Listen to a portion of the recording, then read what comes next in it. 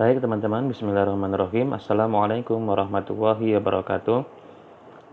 Rabbi sholli sadri wa yassir amri wahlul 'uqdatam min lisani yafqahu qawli. Selamat malam teman-teman semuanya. Pada kesempatan kali ini kita akan membahas tentang proses analisis data. Sebelumnya teman-teman sudah belajar tentang metode penelitian. Nah, perlu dicatat bahwasanya metode penelitian itu ada 3 tahapan. Tahapan yang pertama adalah penjaringan data, tahapan yang kedua adalah analisis data, tahapan yang ketiga adalah laporan hasil. Nah, dalam kesempatan kali ini kita akan membahas tentang proses analisis data. Ini menjadi hal yang cukup penting, jadi nanti tolong teman-teman perhatikan dalam analisis data itu isinya apa saja. Kalau dalam penjaringan data kemarin kami sudah menekankan bahwasanya ada sebuah kata kunci yang cukup penting, yaitu observasi. Observasi satuan kebahasaan yang ada dalam teks bahasa sumber yang teman-teman kaji menuju teks dalam bahasa sasaran. Terus teman-teman juga sudah membuat lampiran data. Nah, maka pada kesempatan kali ini setelah data itu dijaring, setelah data itu dikumpulkan, maka proses yang harus kita lakukan adalah analisis data. Bagaimana proses analisis data? Nah, kita menggunakan model dari Mills dan Huberman. Ini namanya ya, nanti kawan-kawan analisis data menggunakan model ini dalam penelitian penerjemahan. Analisis data dalam penelitian kualitatif dilakukan pada saat pengumpulan data berlangsung. Nah, ini mohon kawan-kawan catat. Maksudnya apa? Jadi ketika kemarin teman-teman saya beri tugas untuk membuat lampiran data, pada saat itu teman-teman mengklasifikasikan data, ya kan? Digarisbawahi dalam teks. Nah, satuan ini, kalimat ini masuk dalam teknik penerjemahan borrowing misalkan. Kata ini masuk dalam teknik penerjemahan amplifikasi misalkan. Teknik ini masuk dalam strategi penambahan. Nah, itu berarti teman-teman melakukan penjaringan data, pengumpulan data berlangsung, plus melakukan analisis. Jadi, dalam penelitian kualitatif, ketika teman-teman itu mengklasifikasikan data, sebenarnya teman-teman sudah melakukan analisis data. Nah, bisa difahami ya. Jadi, ini ciri khas dari kualitatif itu adalah analisis data pada penelitian kualitatif itu dilakukan pada saat pengumpulan data. Pak, bagaimana kita bisa tahu benar apa salah klasifikasi kita? Harus dikembalikan kepada teori. Nah, kembali kepada teori. Difahami dulu teorinya. Maka dari itu, teman-teman memilih objek formal itu harus sesuai dengan teorinya.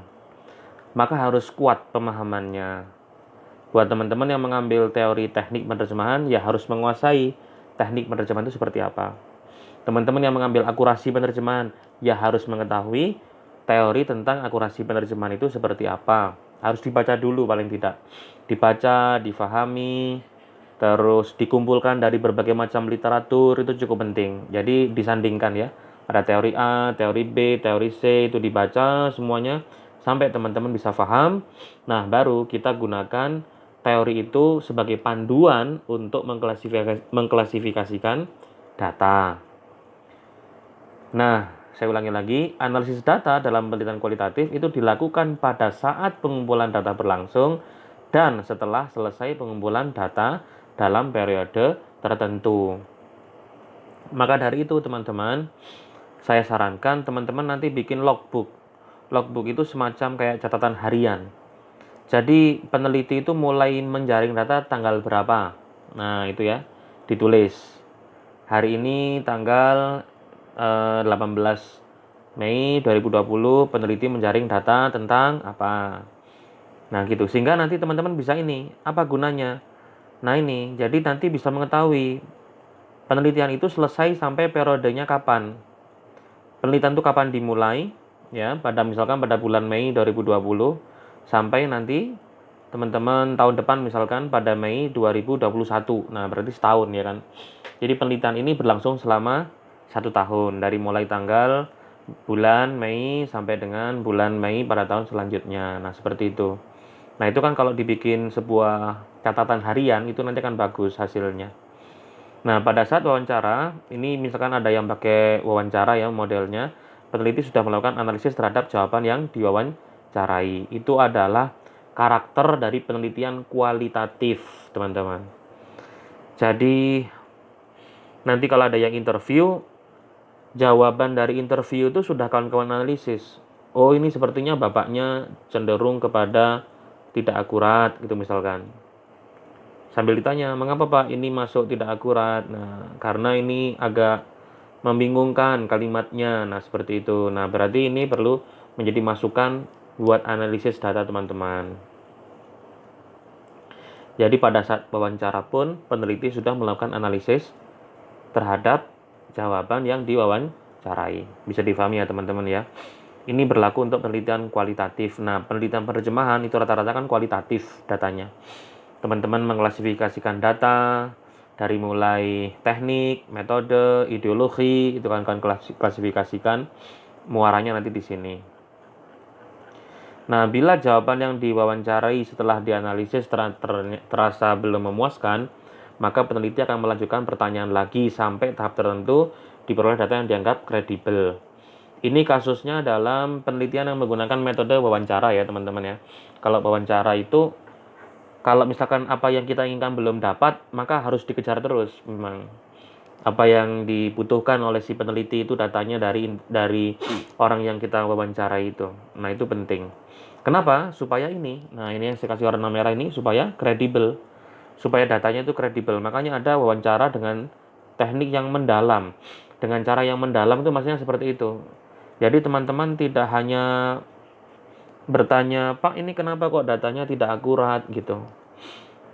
Ya karena tidak akurat gitu. Mengapa tidak akurat? Terus ditanyakan sampai teman-teman bisa menjaring data bahwasannya alasan tidak akurat itu apa, atau tidak terbaca itu apa, atau tidak bisa diterima itu apa. Nah, itu sampai benar-benar teman-teman paham dan sampai benar-benar dalam itu hasil dari wawancaranya itu. Baik. Nah, ini yang harus diisi dalam analisis data, khususnya dalam proposal, itu harus ada RDC. Nah, ini ya. RDC ini adalah model dari Miles dan Huberman. Mohon diingat. Miles dan Huberman mengemukakan bahwa aktivitas dalam analisis data kualitatif dilakukan secara interaktif dan berlangsung terus-menerus sampai tuntas. Karena sifatnya memang holistik ya. Penelitian kualitatif itu kajiannya memang mendalam. Maka dari itu harus interaktif, terus berlangsung terus-menerus gitu ya. Makanya mahasiswa kami minta untuk mencari data sebanyak-banyaknya itu supaya ini. Karena interaktif ya, terus-menerus sampai tuntas sehingga datanya sudah jenuh. Bahasanya sampai ini ya, datanya itu sudah jenuh, sudah full. Pak, kalau tekniknya sudah ketemu semua, apakah bisa kita stop? Diteruskan dulu. Kalau bisa, diteruskan dulu sampai banyak. Sampai banyak, sampai jenuh. Pada prinsipnya semakin data kita banyak, semakin kita kuat untuk berargumentasi. Kalau teman-teman datanya sedikit, kan lemah nanti argumentasinya. Misalkan, yang pernah saya kasih contoh di kelas, teman-teman menyimpulkan kelas A anaknya malas semua misalkan. Nah, teman-teman cuma mengambil data dari 3 orang mahasiswa, padahal di kelas itu ada 20 orang gitu. Nah, itu kan berarti datanya masih belum full berarti. Harus diinterview, harus dicek sampai 20 orang itu. Terus menerus sampai dilakukan interview. Anda berapa kali mengerjakan tugas, Anda sampai ditanya terus gitu ya, sampai teman-teman bisa menyimpulkan bahwasanya kelas A itu memang kelas yang malas misalkan, itu contoh. Nah, itu namanya data yang sehingga data jenuh. Nah, analisis data itu isinya ada 3, teman-teman. Mohon diingat ya. Namanya data reduction, data display, dan conclusion atau verification. Jadi, R itu singkatan dari reduksi, D itu singkatan dari display, C itu singkatan dari konklusi. RDC ini nanti harus muncul dalam proposal teman-teman. Jadi nanti proposal dalam analisis data itu menggunakan analisis datanya menggunakan model Miles dan Huberman. Ada R, D, C, data reduction, data display, dan conclusion drawing. Setelah peneliti melakukan pengumpulan data, nah ya kan kemarin sudah bikin lampiran data, maka peneliti melakukan antisipatory sebelum melakukan reduksi data. Anticipatory data reduction is occurring as the research decides, often without full awareness, which conceptual framework, which sites, which research question, which data collection approaches to choose. Nah, setelah data itu dikumpulkan, maka teman-teman melakukan reduksi. Reduksi itu anticipatory, reduksi itu mengurangi. Anticipatory data reduction is occurring as the research decides. Jadi teman-teman harus memilah ini mana yang termasuk data, ini mana yang tidak. Nah, itu namanya reduksi data. Jadi kan teman-teman sudah mengumpulkan lampiran data. Dicek sekali lagi, mana yang termasuk data, mana yang termasuk data prioritas yang nanti harus saya jelaskan di skripsi. Jadi misalkan data teman-teman itu tentang teknik penerjemahan sampai 200 teknik gitu ya. 200 data yang mengandung teknik itu jangan semuanya dianalisis. Di skripsi nanti penuh skripsinya. Maka diambil sampling. Diambil beberapa yang nanti akan dijelaskan dalam skripsi. Nah, itu namanya research decided.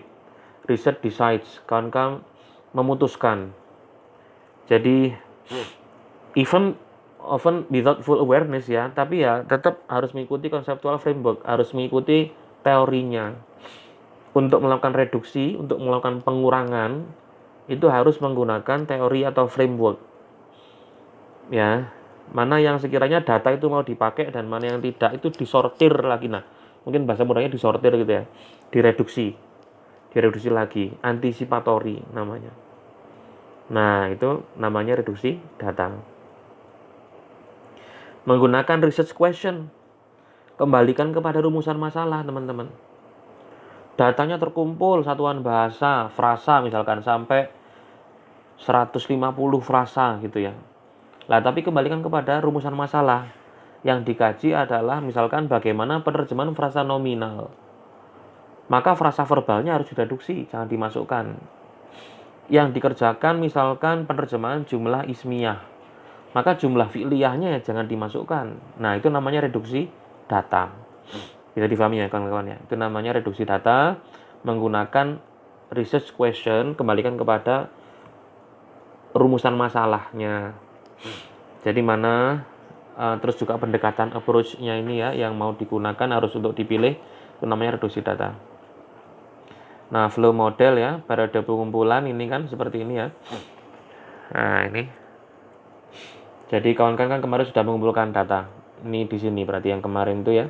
Periode pengumpulan, terus habis itu diantisipasi ya.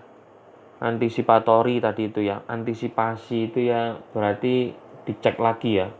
Jangan sampai yang nggak masuk data itu masuk, itu makanya antisipasi gitu loh kan. Jadi nanti skripsi teman-teman tuh bener-bener datanya itu fake. Jangan sampai keliru masukkan data. Karena kalau keliru semuanya nanti. Makanya ini penting kawan-kawan. Flow model ini penting untuk dipahami. Nah, ini ya reduksi data ini ya, selama sampai setelah itu ya. Analisisnya di sini, display data selama atau setelah itu juga bisa. Terus kesimpulan atau verifikasi. Ini komponen dalam analisis data. Analisis data itu jadi nanti ada 3 tahapan. Mereduksi data, terus display data, menunjukkan datanya, terus melakukan verifikasi. Verifikasi ini penting ya kawan-kawan ya.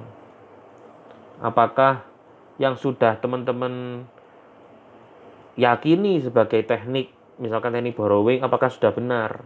Maka harus diverifikasi. Verifikasi mahok ini apa namanya?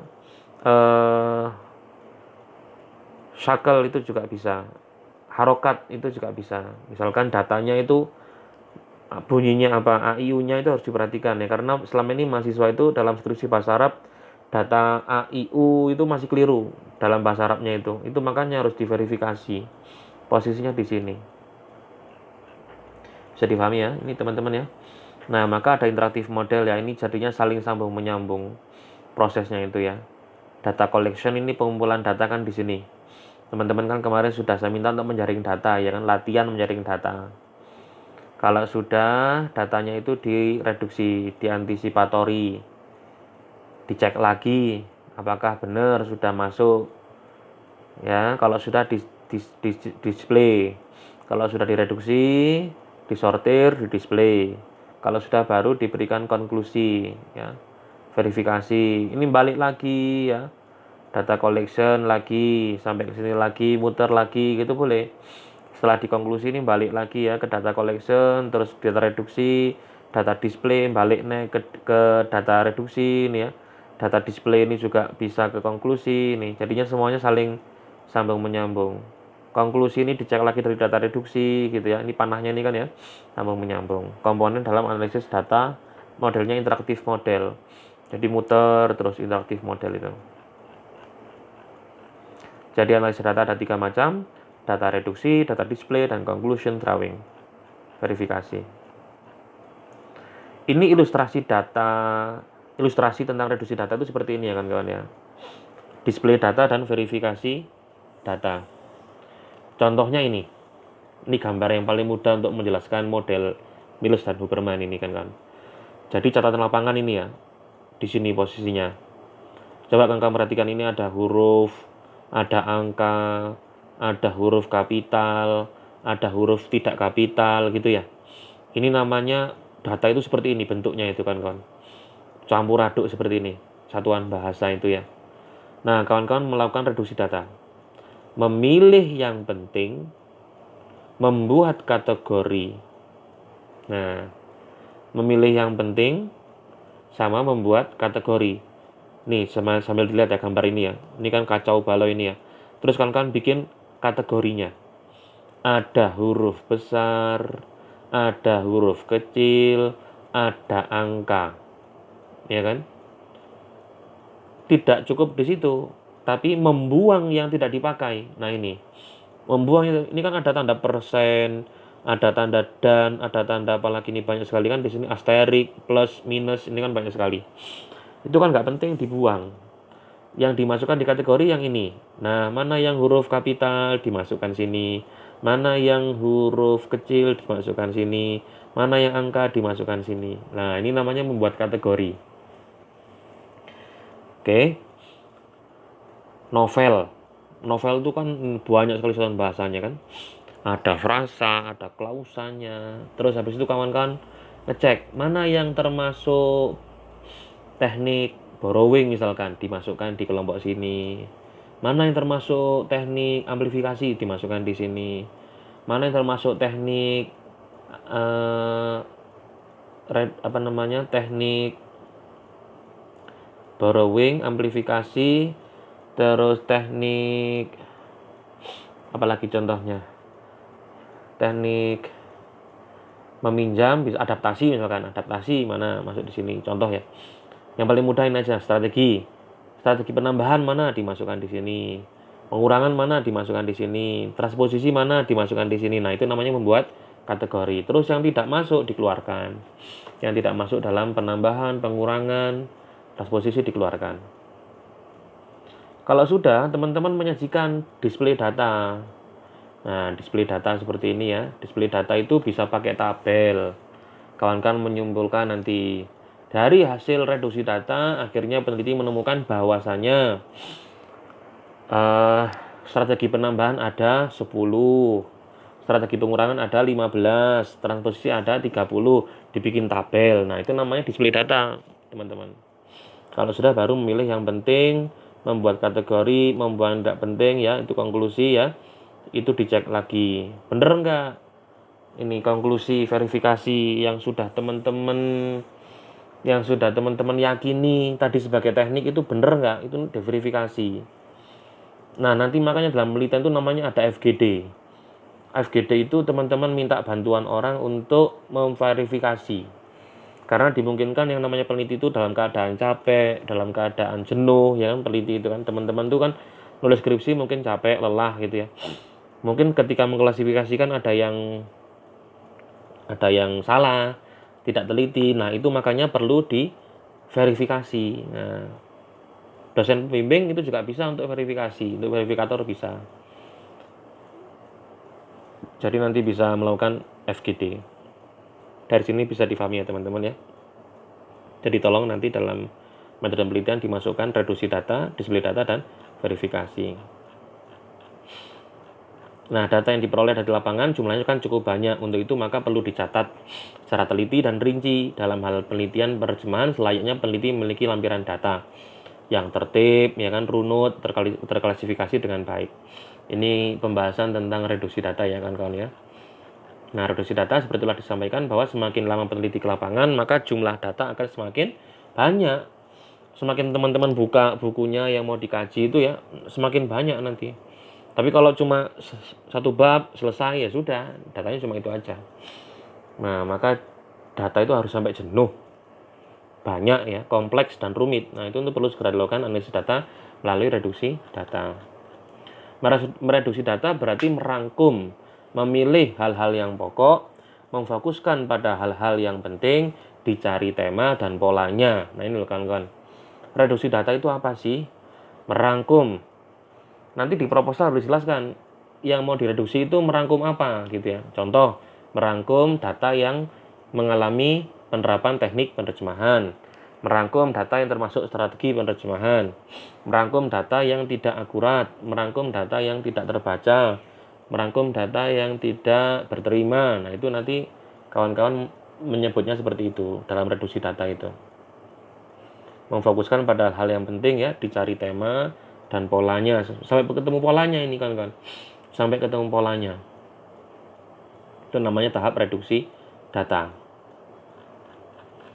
Nah, tema dan pola ini penting ya. Dalam penelitian penerjemahan, penting kiranya untuk mereduksi data dengan cara mencari tema dan pola.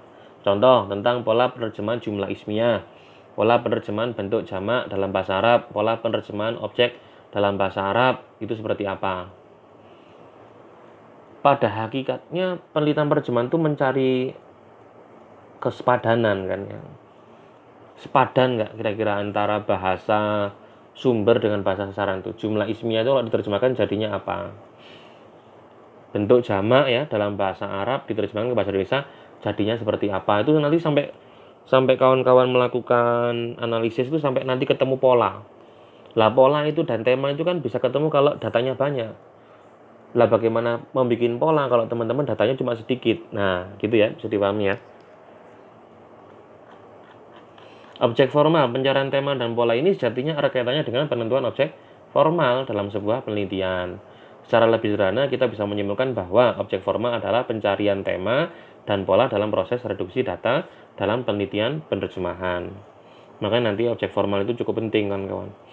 Di awal kuliah metode penelitian, saya sudah minta teman-teman untuk menentukan objek formal dan objek material. Ya di sini ini nanti kegunaannya. Kalau objek formalnya aja nggak ngerti ya repot kawan-kawan ya kan. Objek materialnya mungkin tahu ya novel gitu ya. Tapi di novel itu mau dicari penerjemahan, kasus penerjemahan yang apanya gitu kan kawan ya. Nah itu namanya kan objek formalnya itu yang mau dikaji itu ya. Tekniknya mungkin, pergeseran bentuk dan maknanya mungkin, strateginya mungkin, atau mungkin akurasinya, atau mungkin kesepadanannya. Silakan dicari lebih detail dari objek formal itu. Dengan demikian, data yang telah direduksi akan memberikan gambaran yang lebih jelas dan mempermudah peneliti untuk melakukan pengumpulan data selanjutnya dan mencarinya bila diperlukan. Makanya tadi kan gambarnya muter terus. Jadi kalau sudah direduksi, terus di-display, terus diverifikasi, kembali lagi. Reduksi lagi, mencari lagi gitu ya. Display lagi, terus habis itu sampai kepada verifikasi terus gitu ya. Reduksi data dapat dibantu dengan peralatan elektronik ya, seperti komputer, memberikan kode ya, itu juga bisa. Bikin tabel gitu ya, tabel 1, tabel 2, tabel 3, tabel 1 terkait teknik, tabel 2 terkait strategi, tabel 3 terkait dengan ideologi, itu nanti kan bisa. Pada gambar atau bagian berikut diilustrasikan bagaimana mereduksi hasil catatan lapangan yang kompleks, rumit, dan belum bermakna. Catatan lapangan berupa huruf besar, huruf kecil, angka, dan simbol-simbol yang masih semrawut yang tidak dapat difahami. Dengan reduksi maka peneliti merangkum itu yang gambarnya yang di atas tadi itu ya. Mengambil data yang pokok dan penting ya, membuat kategorisasi berdasarkan huruf besar, huruf kecil, angka, data yang tidak penting ya, yang diilustrasikan dalam bentuk simbol-simbol seperti persen, hashtag, ini dan sebagainya dibuang. Karena tidak masuk kategori. Kategorinya kan cuma 3, huruf besar, huruf kecil, dan angka, ya kan? Nah, ini kan penjelasan dari gambar yang di atas tadi ini ya. Gambar yang di atas yang terkait dengan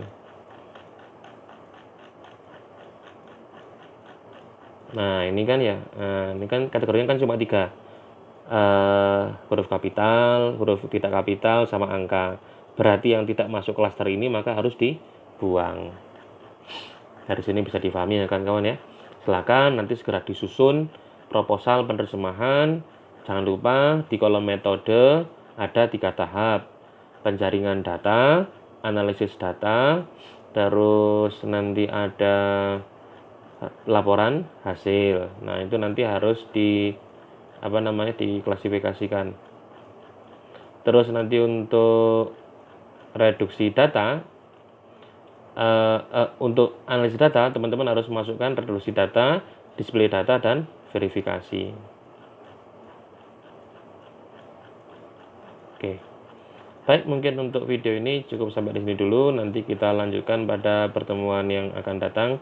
Silahkan teman-teman segera menyusun supaya nanti ada gambaran terkait dengan penelitian penerjemahan. Ini kita mulai dari metode ya sampai di reduksi data dulu.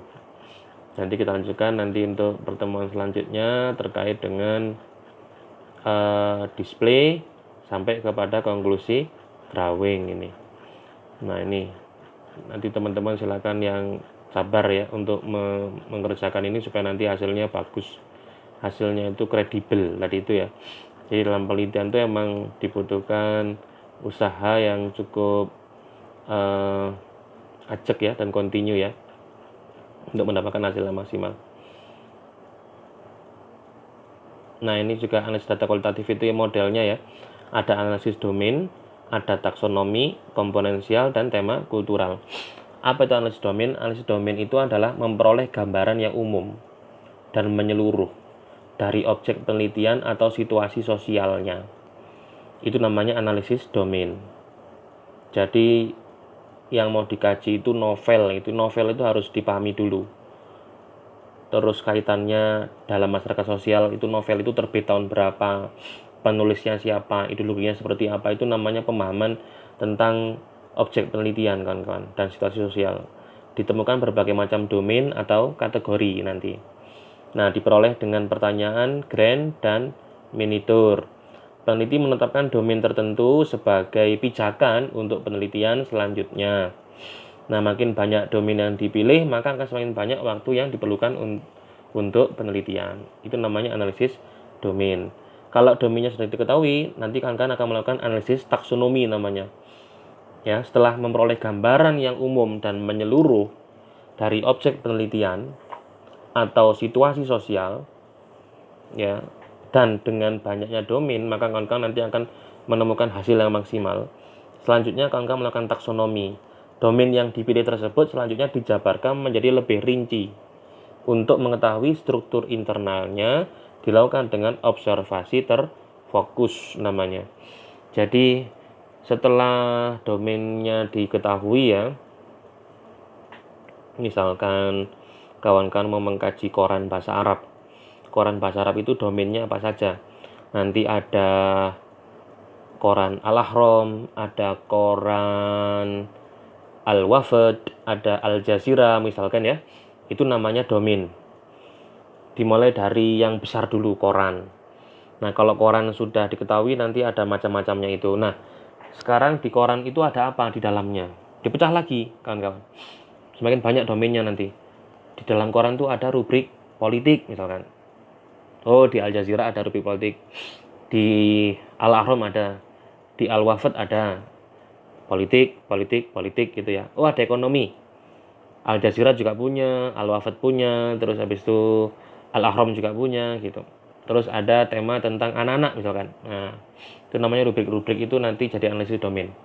Nah, kalau sudah domainnya tertata, kawan-kawan bikin taksonominya. Saya mau mencari jumlah ismiyah dalam al-ahram. Al-ahram seperti apa jumlah ismiyahnya. Nah, nanti itu namanya taksonominya. Analisis internal. Jumlah fi'liyahnya dalam koran Al-Jazirah seperti apa. Nah, nanti dipasang. Terus jumlah yang ada fi'il amarnya seperti apa. Nah, itu nanti juga dipasang. Itu namanya analisis taksonomi namanya. Nah, kalau sudah, baru kawan-kawan melakukan analisis komponensial. Domain yang dipilih tersebut selanjutnya dijabarkan menjadi lebih rinci ya, untuk mengetahui struktur internalnya. Nah, baru kemudian kawan-kawan melakukan analisis komponensial, mencari ciri spesifik pada setiap struktur internal dengan cara mengkontraskan antara elemen, dilakukan melalui observasi dan wawancara terseleksi dengan pertanyaan yang mengkontraskan, contrast question. Itu melakukan analisis komponensial, mencari ciri spesifiknya pada setiap struktur internal dengan cara mengkontraskan antara elemennya, ya, antara koran macam-macamnya tadi dengan jumlah-jumlah yang ada dalam koran tersebut. Analisis komponensial. Terus kalau sudah mencari ciri spesifik pada setiap struktur, oh jumlah ismiyah dalam koran Al-Ahram seperti ini, jumlah ismiyah dalam koran Al-Jazirah seperti ini, jumlah ismiyah dalam koran Al-Hafidz seperti ini. Jadi ketiga koran itu ternyata punya karakter masing-masing dalam membuat jumlah ismiyah. Nah, itu namanya analisis komponensial.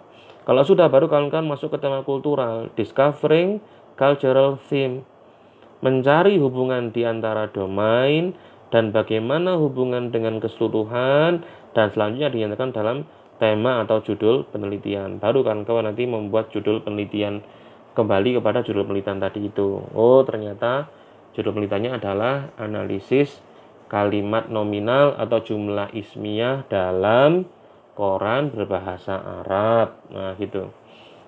Itu berarti kawan-kawan bisa mencari hubungan antara domain tadi itu. Ah, iya kan? Kan tadi ada jumlah, macam-macam jumlah, ada macam-macam koran. Nah, berarti kan kawan-kawan menggabungkan hubungannya itu antara jumlah macam-macam kalimat dengan koran tadi itu. Dan bagaimana hubungan keseluruhan. Dilanjutkan dalam tema atau judul penelitian. Baik teman-teman, itu yang dapat kami sampaikan pada kesempatan kali ini. Kurang lebihnya kami mohon maaf. Assalamualaikum warahmatullahi wabarakatuh.